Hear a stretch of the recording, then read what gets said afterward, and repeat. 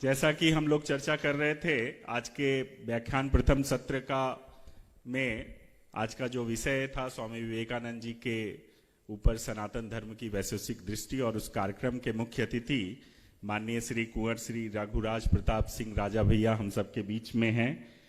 मैं चाहूँगा दिव्य प्रेम सेवा मिशन की युवा शक्ति इकाई से कि आपका वो अभिनंदन और स्वागत करें। राजा भैया बहुत ही हम सब में लोकप्रिय हैं, हम सब जानते हैं उनको, फिर भी मैं एक संक्षिप्त परिचय आप सबके सम्मुख रखता हूं।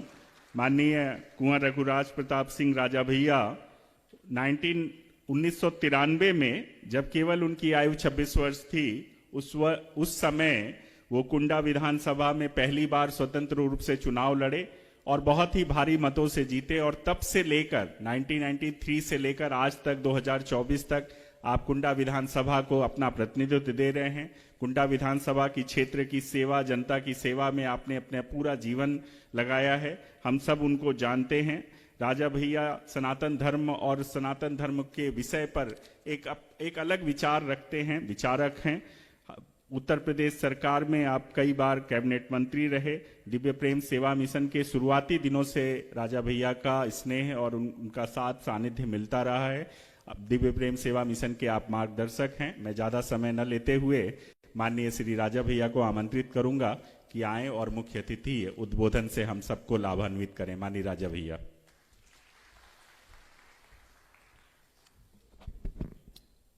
धन्यवाद संजय जी। दिव्य प्रेम सेवा मिशन के आज के कार्यक्रम, आदरणीय आशीष भैया ने हमसे कहा था कि आपको आना है। सनातन धर्म की वैश्विक दृष्टि, सनातन धर्म की समस्याएं और उनका समाधान, ये हमको फोन से बताया गया था कि आपको इस पे बोलना है। बड़ा ही गंभीर विषय, और आज चूंकि हम लोग 2 घंटे जाम में भी फंसे रहे, इस महाकुंभ मेले का शुभारंभ हो रहा है और सामान आ रहा है, उतर रहा है। आस्था के इस महासमुद्र में हम लोग गोते लगाते हुए इस पुल से जाइए, उस पुल से जाइए, ये पुल ये करते करते तो विलंब से आने के लिए आपसे क्षमा प्रार्थी हैं। और मंचासीन परम श्रद्धेय स्वामी गौरांग दास प्रभु जी, आदरणीय श्री संजय चतुर्वेदी जी, और अभी अभी आपको संबोधित करते हुए हमारे अग्रज आदरणीय श्री NP सिंह जी, बड़े विस्तार से आपने सनातन धर्म, दर्शन और भारतीयता, इस पे अपने विचार रखे। देखिए, इसमें कोई संशय नहीं है, विश्व में किसी भी धर्म, किसी भी देश, किसी भी विचारधारा का मानने वाला हो कि सनातन से पहले कुछ नहीं था। अन्य जो भी संप्रदाय, पंथ, मजहब, रिलीजन, ये सब बने आए, वो सनातन के बाद आए। और हम लोग सौभाग्यशाली हैं कि सनातन धर्म ही एकमात्र ऐसा धर्म है जहां साक्षात प्रभु ने, ईश्वर ने स्वयं भक्तों के हित अवतार लिया, अपनी लीलाओं के माध्यम से हमारा मार्गदर्शन किया। भ्रिकुटी विलास सृष्टि लय हुई। जितनी देर में हम लोग पलक झपकते हैं उतने में सृष्टियों का लय और प्रलय हो जाता है। तो ऐसा नहीं था कि कुंभकर्ण को मारने या रावण को मारने प्रभु राम को आना पड़ता,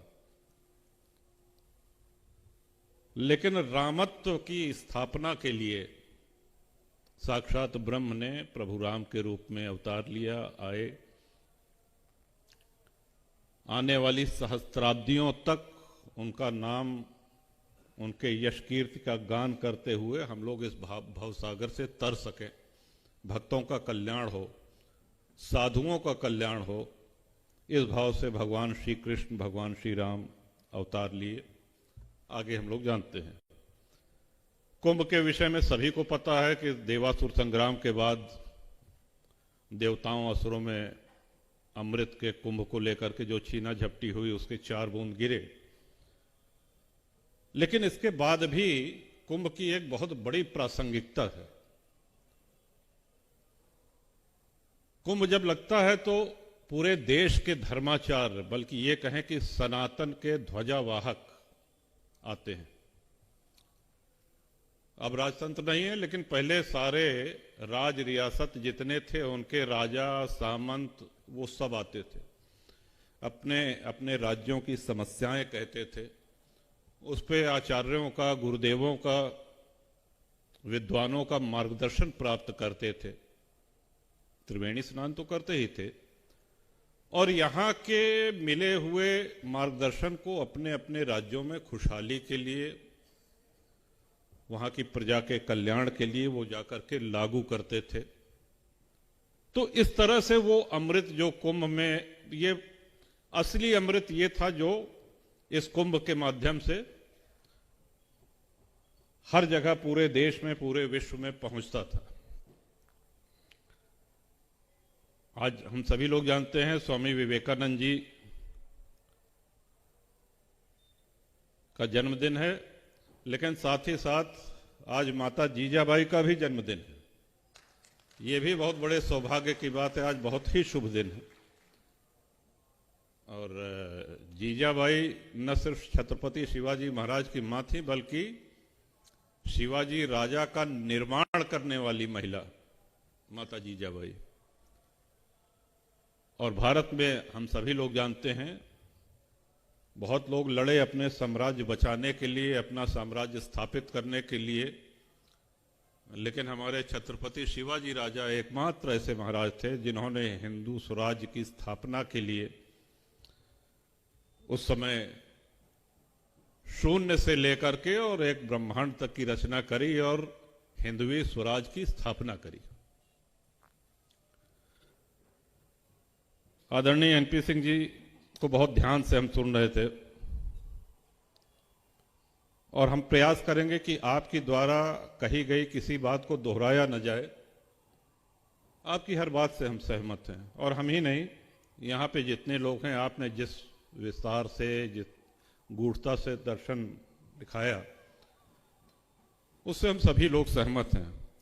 लेकिन आज सनातन के सामने समस्या ये नहीं है। सनातन के सामने आज समस्या ये है, जो बहुत प्रैक्टिकल रूप में हम कह रहे हैं, कि अगर आस्थावान मूर्ति विसर्जन करने जाता है तो उन भक्तों के ऊपर पथराव होता है, उनको मारा पीटा जाता है। अगर हनुमान जी का जन्मोत्सव है, वहां जा रहे हैं तो पथराव हो रहा है। और ये 1-2 घटनाएं नहीं, ये एक नियम बन चुका है। और सिर्फ पथराव ही नहीं होता है, इतनी आतंकवादी घटनाएं, हमने किसी का कुछ नहीं बिगाड़ा। जिसने भी शरण मांगी भारत में उसको शरण मिली, और हमारी ये शर्त नहीं थी कि तुम धर्मांतरण कर लो, हिंदू हो जाओ, तब हम तुमको शरण देंगे।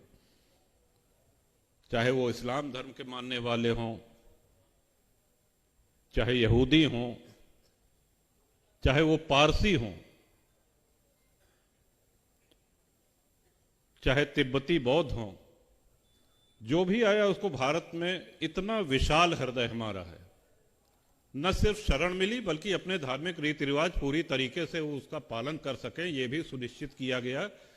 और मैं समझता हूं कि हर एक, किसी भी भारतीय को इसमें कोई आपत्ति नहीं थी। लेकिन समस्या तब शुरू होती है जब आप ये कहें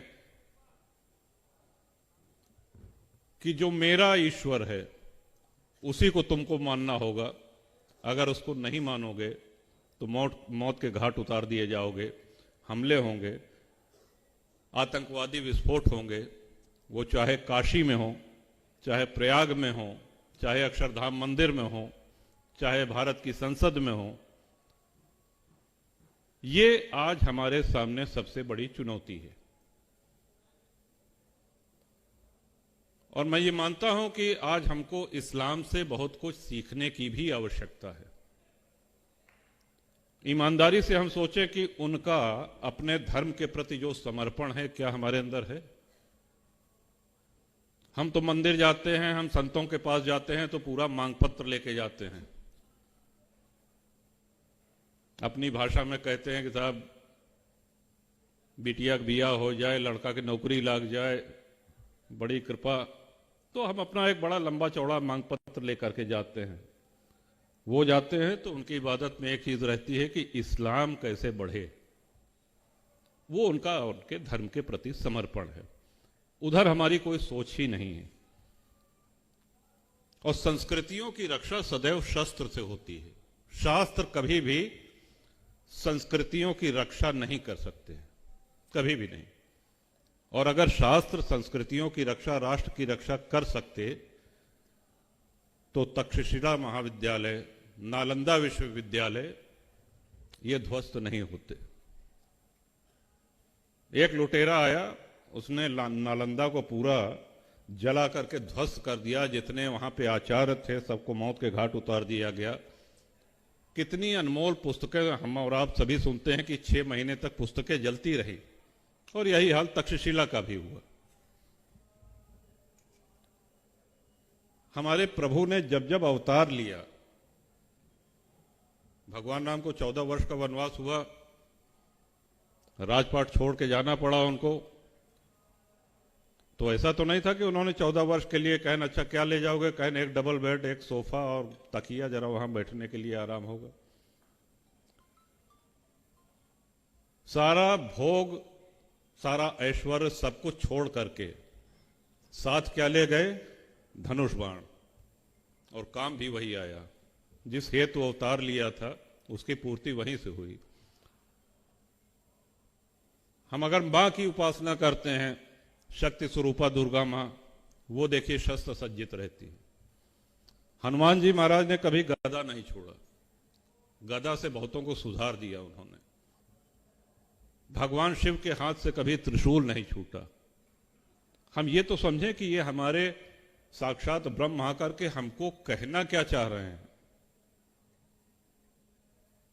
ये शास्त्र ये विवेक देता है कि आप शस्त्र का उपयोग कब और कहां करें, किस पे करें। लेकिन शास्त्र कभी ये नहीं कहते कि आप शस्त्र छोड़ दीजिए, शस्त्र त्याग दीजिए। आज अगर भारत एक राष्ट्र के रूप में सुरक्षित है तो हमारे सशस्त्र बल और सेना के कारण है, जो अपने प्राणों की आहुति दे करके और हमारे देश को सुरक्षित रखे हैं। ये इसलिए नहीं है कि हमारी सबसे प्राचीन परंपरा है, सबसे प्राचीन धर्म है और हम बड़े शांति प्रेमी हैं, हम बड़े ज्ञानी हैं, हम शास्त्रों का बड़ा सम्यक अध्ययन हमने किया है, इसलिए हमारा देश सुरक्षित है। और अगर आज विश्व के उसमें देखें तो सबसे प्रत्यक्ष उदाहरण आपको इजराइल का मिलता है। इजराइल अगर आज अपना अस्तित्व बचाए हुए है, और अस्तित्व ही नहीं बचाए हुए है, अब उसके ऊपर जो हमले हो रहे हैं, जो आक्रांता हो रहे हैं, सबको मुंह तोड़ जवाब भी दे रहा है, तो वो अपने शस्त्र बल के कारण दे रहा है। हमारे सनातन धर्म में नागा अखाड़ों की स्थापना शस्त्रों के ही आधार पर हुई थी। जब औरंगजेब ने काशी विश्वनाथ मंदिर तोड़वाने के लिए पहली बार हमला किया तो हमारे नागा संतों ने ही मुगल सेना को मुंहतोड़ जवाब दिया और उनको खदेड़ दिया उल्टा। ये अलग बात है कि 5 वर्ष बाद उससे कहीं बहुत बड़ी सेना लेकर के औरंगजेब आया और वो काशी विश्वेश्वर के उस धाम को तोड़ने में सफल रहा। एक धर्म के रूप में, एक संस्कृति के रूप में हर विद्वान यहां पे इस सभागार में जितने भी हैं वो आप मानेंगे कि जितनी ज्यादा लूट, हत्या और बलात्कार धर्म के आधार पर हिंदुओं के साथ हुई है, वो विश्व की और किसी सभ्यता, किसी संस्कृति में नहीं हुई है। गिनती नहीं है, अनुमान नहीं लगाया जा सकता। और वो इसलिए भी कि एक और जहां हमने अपने शस्त्र छोड़े, वहीं कूटनीति के तहत हम जातियों में बांट दिए गए। आज यदि कोई संत महात्मा ये कहता है कि जात पात हमारे लिए इसका भेद मिटाना बहुत आवश्यक है, तो कुछ आचार्य उसकी भी आलोचना